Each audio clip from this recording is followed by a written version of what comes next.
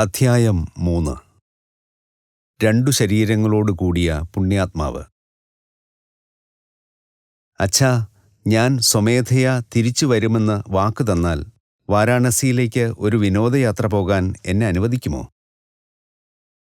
എൻ്റെ അതിയായ യാത്രാപ്രേമത്തെ അച്ഛൻ ഒരിക്കലും എതിർത്തിരുന്നില്ല. ഞാൻ വെറുമൊരു ബാലനായിരുന്നപ്പോൾ പോലും പല നഗരങ്ങളും തീർത്ഥാടന കേന്ദ്രങ്ങളും സന്ദർശിക്കാൻ അദ്ദേഹം എന്നെ അനുവദിച്ചു. സാധാരണയായി ഒന്നോ അതിലധികമോ സ്നേഹിതർ എന്നോടൊപ്പം വന്നിരുന്നു. അച്ഛൻ നൽകുന്ന 1-ാം ക്ലാസ് പാസുകൊണ്ട് ഞങ്ങൾ സുഖമായി യാത്ര ചെയ്തിരുന്നു. ഒരു റെയിൽവേ ഉദ്യോഗസ്ഥൻ എന്ന അച്ഛൻ്റെ പദവി വീട്ടിലെ യാത്രാപ്രിയന്മാർക്ക് വലിയ അനുഗ്രഹമായിരുന്നു. എൻ്റെ അപേക്ഷയ്ക്ക് അർഹിക്കുന്ന പരിഗണന നൽകാമെന്ന് അച്ഛൻ ഏറ്റു. അടുത്ത ദിവസം അദ്ദേഹം എന്നെ വിളിച്ച് ബറേലിയിൽ നിന്ന് വാരാണസി വരെ പോയി വരാനുള്ള പാസും കുറെ പണവും 2 കത്തുകളും എടുത്തു നീട്ടി. വാരാണസിയിലെ ഒരു സ്നേഹിതൻ കേദാരനാഥ ബാബുവിൻ്റെ അടുത്ത് എനിക്ക് ഒരു ബിസിനസ് നിർദ്ദേശം വയ്ക്കാനുണ്ട്. നിർഭാഗ്യവശാൽ അദ്ദേഹത്തിൻ്റെ വിലാസം നഷ്ടപ്പെട്ടുപോയി. എന്നാൽ ഞങ്ങൾ 2 പേരുടെയും സ്നേഹിതനായ സ്വാമി പ്രണവാനന്ദനിലൂടെ ഈ കത്ത് അദ്ദേഹത്തിനെത്തിക്കുവാൻ നിനക്ക് കഴിയുമെന്ന് ഞാൻ കരുതുന്നു. ഞങ്ങൾ ഒരേ ഗുരുനാഥൻ്റെ ശിഷ്യരാണ്. ആ സ്വാമി അദ്ദേഹത്തിൻ്റെ ആധ്യാത്മിക കാര്യങ്ങളിൽ ഒരു ശ്രേഷ്ഠമായ നില കൈവരിച്ചിട്ടുണ്ട്. അദ്ദേഹത്തിൻ്റെ സമ്പർക്കം നിനക്കും ഗുണം ചെയ്യും. ഈ 2-ാമത്തെ കത്ത് നിന്നെ പരിചയപ്പെടുത്താൻ ഉതകും. ഇനി വീട് വിട്ടുള്ള ഓട്ടം മതിയാക്കണം കേട്ടോ എന്ന് കൂട്ടിച്ചേർത്തപ്പോൾ അച്ഛൻ്റെ കണ്ണുകളിൽ ഒരു പുഞ്ചിരി തിളങ്ങി. ഒരു 12-കാരൻ്റെ ഉത്സാഹത്തോടെ ഞാൻ ഇറങ്ങിത്തിരിച്ചു. പുതിയ സ്ഥലങ്ങളിലും അപരിചിത മുഖങ്ങളിലുമുള്ള എൻ്റെ ആഹ്ലാദം കാലം ഒട്ടും കുറച്ചിട്ടില്ല. വാരാണസിയിൽ എത്തിയ ഉടനെ ഞാൻ സ്വാമിയുടെ വീട്ടിലേക്ക് തിരിച്ചു. മുൻവശത്തെ വാതിൽ തുറന്നിരുന്നു. 2-ാം നിലയിൽ വലിയ ഹാൾ പോലുള്ള ഒരു മുറിയിലേക്ക് ഞാൻ കയറിച്ചെന്നു. അല്പം ഉയർന്ന ഒരു ചെറിയ വേദിയിൽ ഒരുവിധം തടിച്ച ഒറ്റ മുണ്ടു മാത്രം ധരിച്ച ഒരു ദേഹം പത്മാസനത്തിൽ ഇരിക്കുന്നുണ്ടായിരുന്നു. അദ്ദേഹത്തിൻ്റെ തലയും ചുളിവു വീഴാത്ത മുഖവും വെടിപ്പായി ക്ഷൗരം ചെയ്തിരുന്നു. പരമാനന്ദത്തിൻ്റെ മന്ദസ്മേരം ആ മുഖത്ത് കളിയാടി. വിളിക്കാതെ കടന്നുവന്നു എന്നുള്ള എൻ്റെ ചിന്ത അകറ്റാനായി ഒരു പഴയ സുഹൃത്തിനെ എന്ന വണ്ണം അദ്ദേഹം എന്നെ സ്വാഗതം ചെയ്തു. ബാബാ ആനന്ദ്, എൻ്റെ പ്രിയപ്പെട്ട കുഞ്ഞിന് സന്തോഷം ഭവിക്കട്ടെ. ഒരു കൊച്ചുകുട്ടിയുടെ ശബ്ദത്തിലായിരുന്നു ഹൃദയപൂർവമായ ആ സ്വാഗതം. ഞാൻ അദ്ദേഹത്തിൻ്റെ പാദങ്ങളിൽ തൊട്ടു വന്ദിച്ചു. അങ്ങാണോ സ്വാമി പ്രണവാനന്ദൻ? അദ്ദേഹം തലയാട്ടി. നീ ഭഗവതിയുടെ മകനാണോ? അച്ഛൻ്റെ കത്ത് പോക്കറ്റിൽ നിന്ന് എടുത്തു കൊടുക്കാൻ സമയം കിട്ടും മുമ്പേ അദ്ദേഹം ആരാഞ്ഞു. ഏറെക്കുറെ അനാവശ്യമായി തീർന്ന പരിചയപ്പെടുത്തൽ സന്ദേശം ഞാൻ അത്ഭുതത്തോടെ അദ്ദേഹത്തിന് നൽകി. തീർച്ചയായും നിനക്ക് വേണ്ടി കേദാരനാഥ ബാബുവിനെ ഞാൻ കണ്ടുപിടിച്ചു തരാം. തൻ്റെ അതീന്ദ്രിയ ജ്ഞാനം കൊണ്ട് അദ്ദേഹം എന്നെ വീണ്ടും അത്ഭുതപ്പെടുത്തി. അദ്ദേഹം കത്ത് ഓടിച്ചു നോക്കിയിട്ട് അച്ഛനെപ്പറ്റി സ്നേഹപൂർണമായ ചില പരാമർശങ്ങൾ നടത്തി. നിനക്കറിയുമോ, ഞാൻ 2 പെൻഷൻ അനുഭവിക്കുന്നു. ഒന്ന് നിന്റെ പിതാവിനു വേണ്ടി റെയിൽവേയിൽ ജോലി ചെയ്തതിന് അദ്ദേഹത്തിൻ്റെ ശുപാർശ പ്രകാരം ലഭിച്ചത്.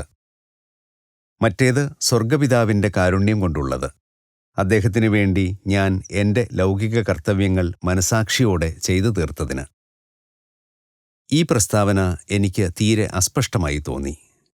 അങ്ങേക്ക് എങ്ങനെയുള്ള പെൻഷനാണ് ഈശ്വരനിൽ നിന്ന് ലഭിക്കുന്നത്? അങ്ങയുടെ മടിയിൽ അദ്ദേഹം പണം ഇട്ടുതരുമോ? അദ്ദേഹം ചിരിച്ചു. എത്രയോ വർഷത്തെ അഗാധമായ ധ്യാനത്തിൻ്റെ പ്രതിഫലമായ അളവറ്റ പ്രശാന്തിയാണ് ഞാൻ ഉദ്ദേശിക്കുന്നത്. ഇപ്പോൾ ഞാൻ പണം കൊതിക്കുന്നില്ല. എൻ്റെ അല്പം ചില ലൗകിക ആവശ്യങ്ങളെല്ലാം വേണ്ടവണ്ണം നിറവേറ്റപ്പെടുന്നുണ്ട്.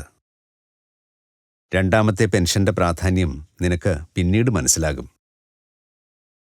പെട്ടെന്ന് ഞങ്ങളുടെ സംഭാഷണം നിർത്തിയിട്ട് അദ്ദേഹം ഗൗരവഭാവത്തിൽ നിശ്ചലനായിരുന്നു. ദുരൂഹതയുടെ ഒരു പരിവേഷം അദ്ദേഹത്തെ പൊതിഞ്ഞു.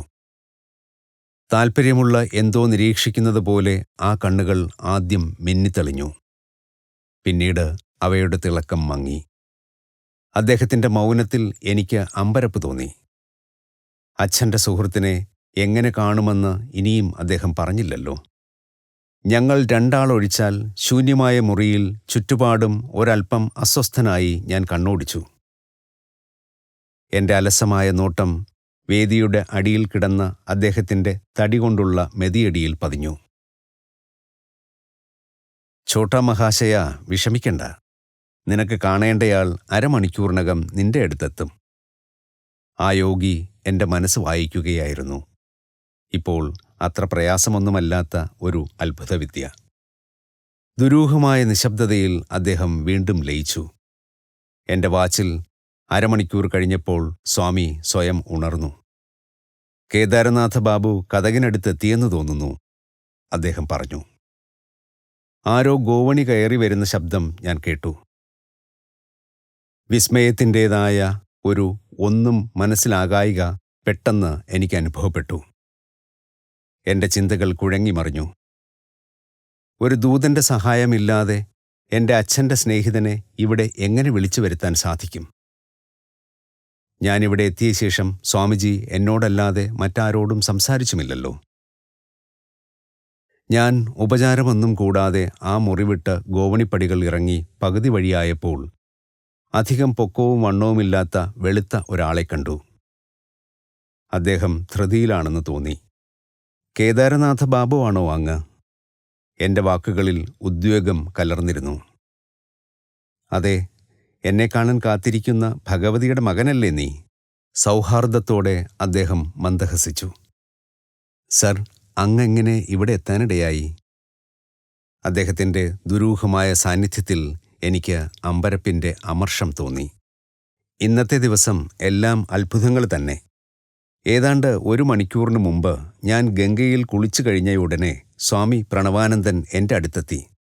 ഞാൻ അപ്പോൾ അവിടെയുണ്ടെന്ന് അദ്ദേഹം എങ്ങനെ മനസ്സിലാക്കി എന്നറിയില്ല. ഭഗവതിയുടെ മകൻ നിങ്ങളെ കാത്ത് എൻ്റെ മുറിയിലിരിക്കുന്നു. എൻ്റെ കൂടെ വരുമോ? ഞാൻ സസന്തോഷം സമ്മതിച്ചു.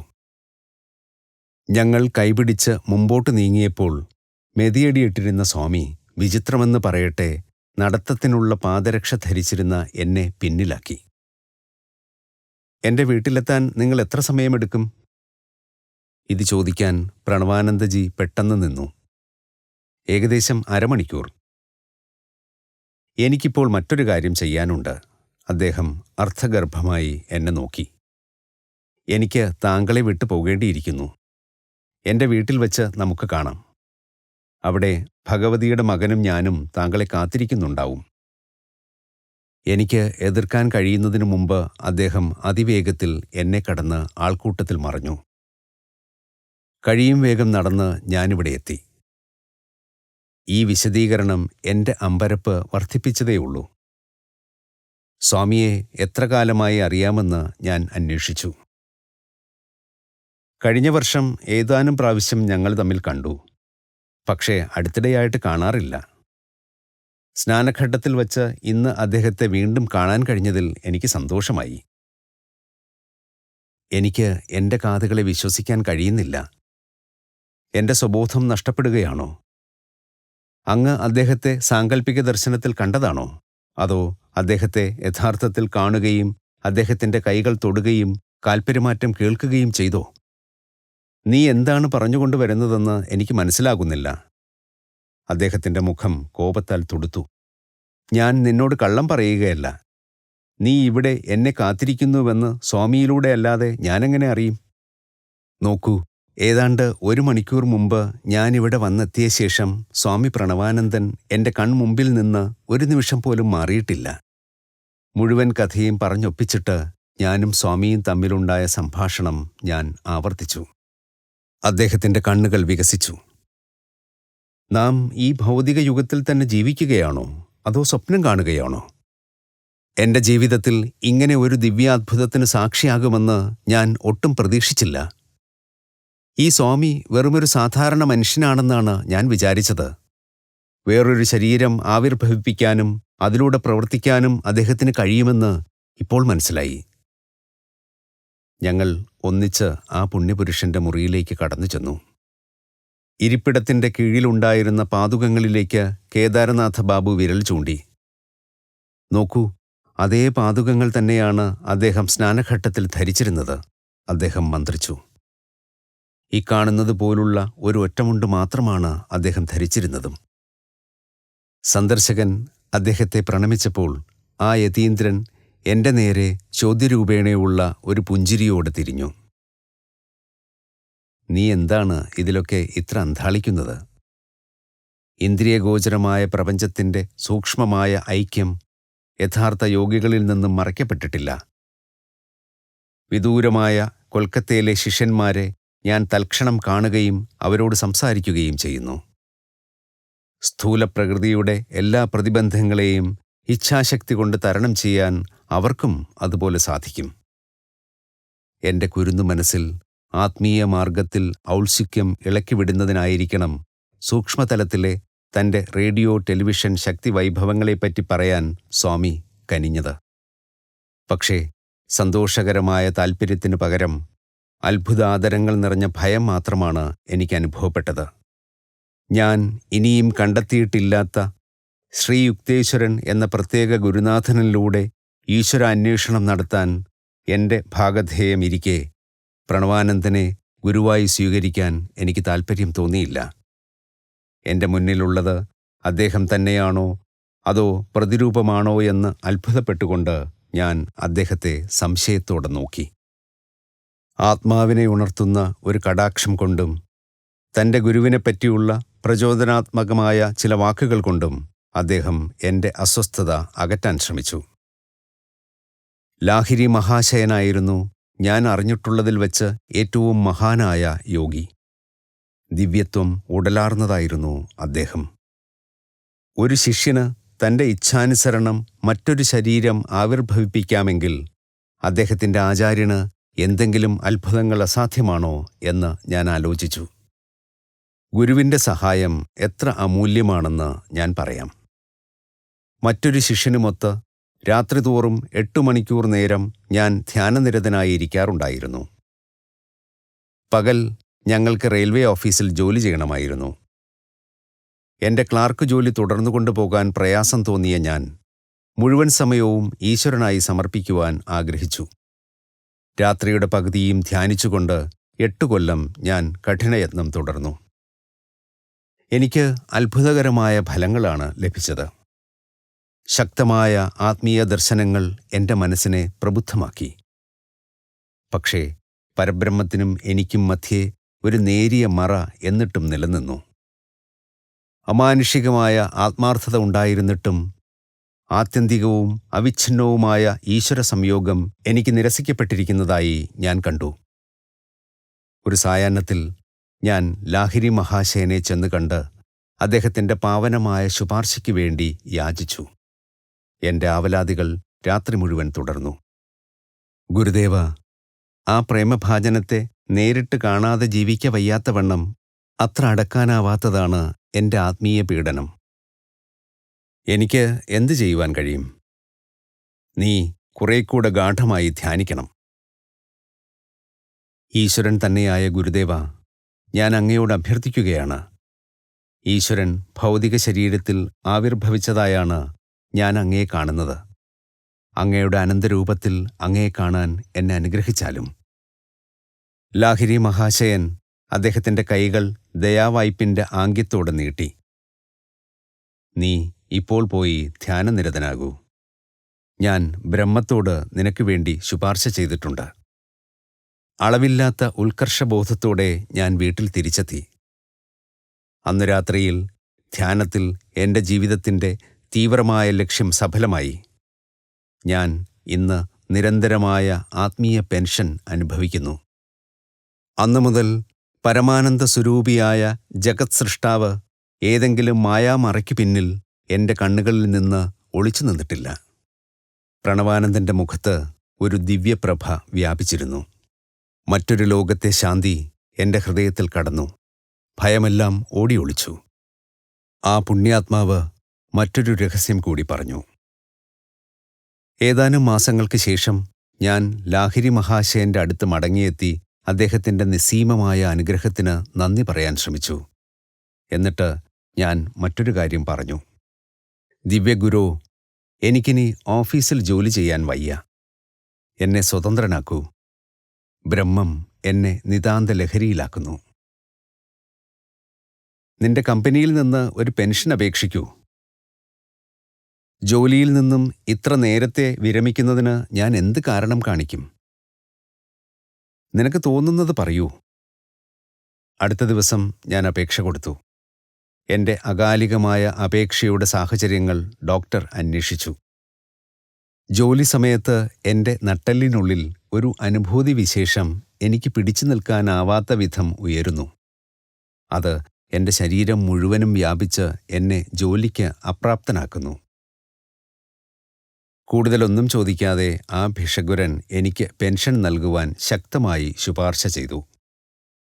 അത് ഉടനെ തന്നെ ലഭിക്കുകയും ചെയ്തു.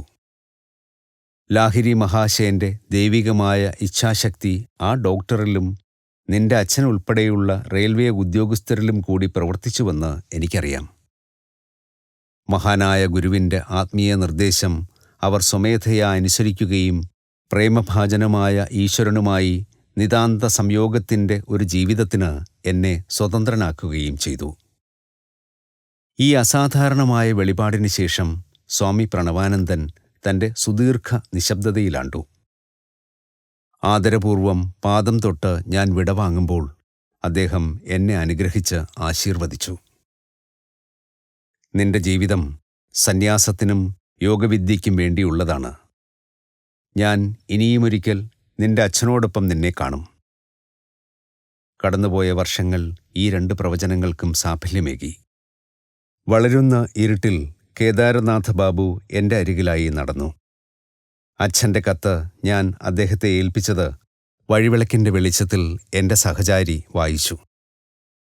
അദ്ദേഹത്തിൻ്റെ റെയിൽവേ കമ്പനിയുടെ കൊൽക്കത്ത ഓഫീസിൽ ഞാൻ ഒരു ജോലി സ്വീകരിക്കാൻ നിന്റെ അച്ഛൻ അഭിപ്രായപ്പെടുന്നു. സ്വാമി പ്രണവാനന്ദന് ലഭിക്കുന്ന 2 പെൻഷനിൽ ഒന്നെങ്കിലും ലഭിക്കാനുള്ള ഒരു സന്തോഷാവസരം. പക്ഷേ അത് അസാധ്യമാണ്. എനിക്ക് വാരാണസി വിടാൻ കഴിയുകയില്ല. കഷ്ടം. ഇനിയും എനിക്ക് 2 ശരീരങ്ങൾ ആകാറായിട്ടില്ല.